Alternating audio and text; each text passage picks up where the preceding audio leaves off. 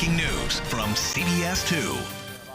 Good evening. We want to bring you up to date on some breaking news. A police officer shot tonight in West Englewood. Right now, Superintendent David Brown is giving an update on that officer. This is happening right outside of University Chicago Medical Center. Let's listen in. At 5:42 p.m. in the 6100 block of South Paulina, two Chicago police officers in uniform and driving a marked squad car attempt a traffic stop. As they attempt a traffic stop, the offenders speed off and then they slow down, becoming parallel with the officers, and begin firing a gun at them, wounding one of our officers. The officers then, the passenger of the car, the officer passenger of the car, drives the wounded officer here to the hospital, at University of Chicago Hospital. The offending car crashes nearby in the 64th and Bishop. So the offending car crashes at 64th and Bishop, and the offenders flee the car. Witnesses tell us that the offender may have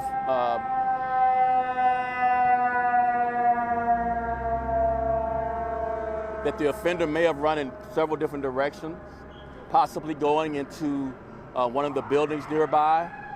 So we're following up by checking not only the buildings where witnesses say this offender ran toward, and the location where the offenders may have run through. And we have helicopters up and we have officers setting up perimeter to try to capture this offender. We're also running the license plate of the car that crashed that the offenders were driving to contact those persons at that location where the license registration comes back to. This is a fluid situation.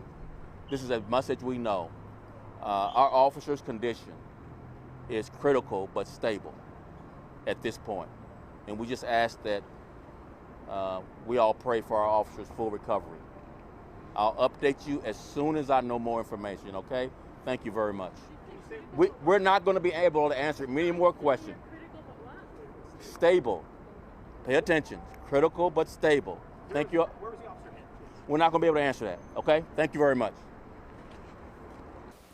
So we've been listening in to Superintendent David Brown give an update. Some new information coming into us through this press conference. He mentioned that this started about 5:45 right at 61st at 6100 block at South Paulina, and the two officers were trying to make a traffic stop, we hear, when they actually sped off and then, interestingly, slowed down parallel to the officers and then opened fire. At this point, we don't know. They're not telling us, obviously, the name of the officer, but we do know that that officer is in critical but stable condition. Well, that's certainly promising, I would think. I mean, it could be worse than critical but stable is an encouraging sign, and we will certainly hope for the best.